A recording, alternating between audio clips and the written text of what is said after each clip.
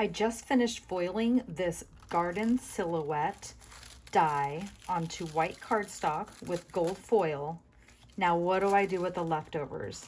My name is Jen with Roxy Bonds Creates, and let me show you. First, my platform, my Stampin' Up! Hot foil system platform is already reheating, so I'm going to put that foil shiny side down right back on that platform.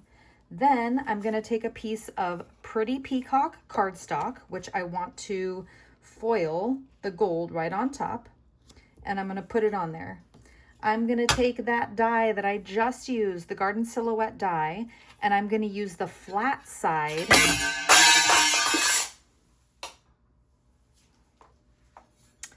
I'm going to use the flat side down right on top of my cardstock. It just beeped letting me know it's reheated again. I'm going to put my hot foil shim right on there, the green one, and then I'm going to put the spacer on top, and we're going to do some reverse foiling. So do not throw away those leftovers. I'll bring in my stamp cut emboss machine for when that's ready and I can run it right through.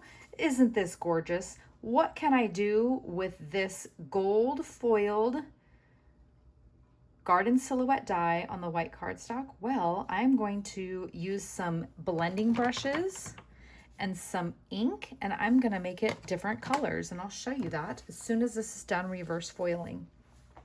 Now, I'm not the first one to do a reverse foiling video. I have seen it done a couple different ways by a few different demonstrators, but I wanted to be able to show you, so I'm trying it as I'm doing my hot foiling crafting today. It doesn't take very long, and this is one way to do it. I'm sure there are many other ways, but I'm excited to give this a try. The shiny side, I'll show you because I have more of them to do. The shiny side of the foil is actually a film that sits on top of the foil. And so the dull side, or the reverse side of it, is the side that you are going to put directly to your cardstock.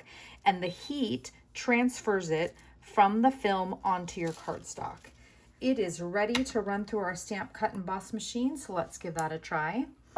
As with any of your hot foiling projects, when you run it through your stamp cut emboss machine, you want to run it through very slowly. And the reason for that is because you're using the rolling plates of the stamp cut emboss machine and the pressure that it gives to seal the foil onto your cardstock.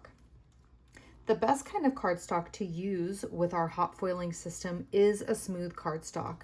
So that would be the two-tone cardstock from Stampin' Up, White Willow cardstock. I have also used vellum and had very good success with it. But I've seen other mediums being foiled as well, like canvas or our other kind of cardstock, the fully dyed through cardstock. All right, so we're pulling our shim and spacer off. I'm gonna pull that die off and set it to the side. And then let's see this reverse foiling magic. So I'm going to peel back the gold film, and look at that reverse foiling. So you can see that the film, once the gold has hit my cardstock and melted on there, it's pretty clear. You can see just a little bit of the image left, and then of course what was not attached to a cardstock is still on there. So do not throw away all of your leftovers as you're foiling, because look at that beauty that you can create. This is reverse foiled, this is regular foiled. Now, very quickly, I'm going to show you how I'm going to color this project. So I'm going to take it from this beautiful white and gold foiled cardstock to a blended ombre kind of, actually it's going to be a little bit more rainbow look. I'm starting with Strawberry Slush on my blending brush, and I'm going to, in circular motion, start from the top, and I'm just going to blend that beautiful pink color right onto my cardstock.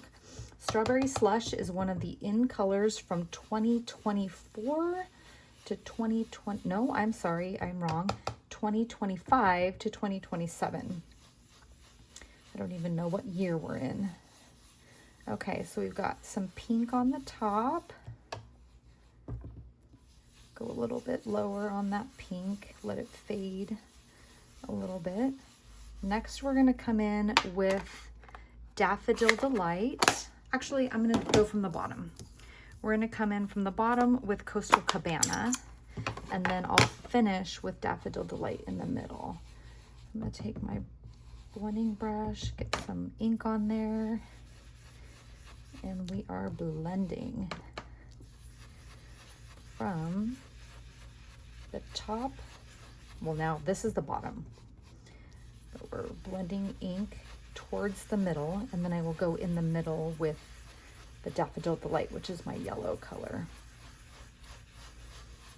All right, so I feel like I've got pretty good coverage there with Coastal Cabana. My ink pad is a little bit juicy. Make sure I don't get that on anything. I do not have a wipe handy.